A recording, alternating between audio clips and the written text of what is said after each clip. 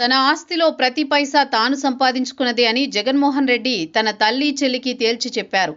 ఎన్సీఎల్టీలో ఉన్న కేసు విచారణలో జగన్ తన తరపున వాదనలు వినిపించారు. ఈ వాదనలో ఆయన చాలా క్లియర్గా తాను సంపాదించుకున్నానని, అందులో అంతా తన స్వార్జితమే కాబట్టి తల్లి చెల్లికి వాటాలు అడిగే హక్కు లేదన్నారు.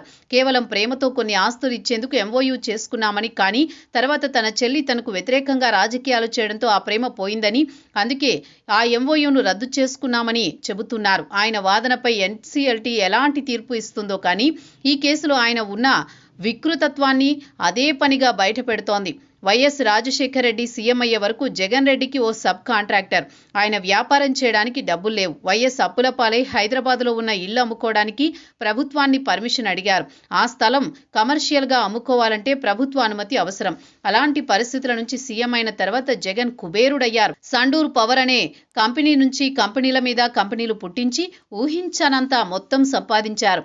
అన్ని పెట్టుబడుల రూపంలో వచ్చి పడినవే. అంటే ప్రజా ఆస్తులను వారికి కట్టబెట్టి ప్రతిఫలంగా జగన్ పెట్టుబడుల రూపంలో లంచాలు తీసుకున్నారన్నమాట.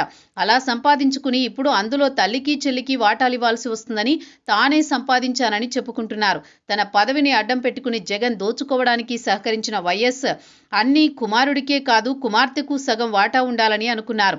ఆస్తుల వ్యవహారాలు చూస్తున్న విజయసాయిరెడ్డికి ఈ విషయం తేల్చి చెప్పారు.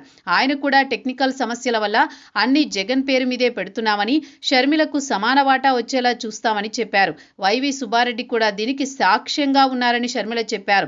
ఆ మేరకు ఇవ్వడానికి ఎంఓయూ చేసుకున్నారు. కానీ ఎక్కడ తేడా కొట్టిందో కానీ ఇవ్వడానికి నిరాకరించారు. ఫలితంగా షర్మిల పోరాటం చేస్తున్నారు. జగన్ రెడ్డి నిజాయితీగా సంపాదించి ఉంటే తల్లి చెల్లికి వాటా ఇవ్వాలా వద్దా అన్నది ఆయన కుటుంబ వ్యవహారంగా భావించేవారు. కానీ అక్రమంగా సంపాదించిన సొమ్మును కూడా ఆయన తల్లి చెల్లికి ఇవ్వకుండా కోర్టుల చుట్టూ తిప్పడాన్ని, కోర్టుల్లో వింత వాదనలు వినిపించడాన్ని అందరూ నోరెళ్లబెట్టి చూస్తున్నారు.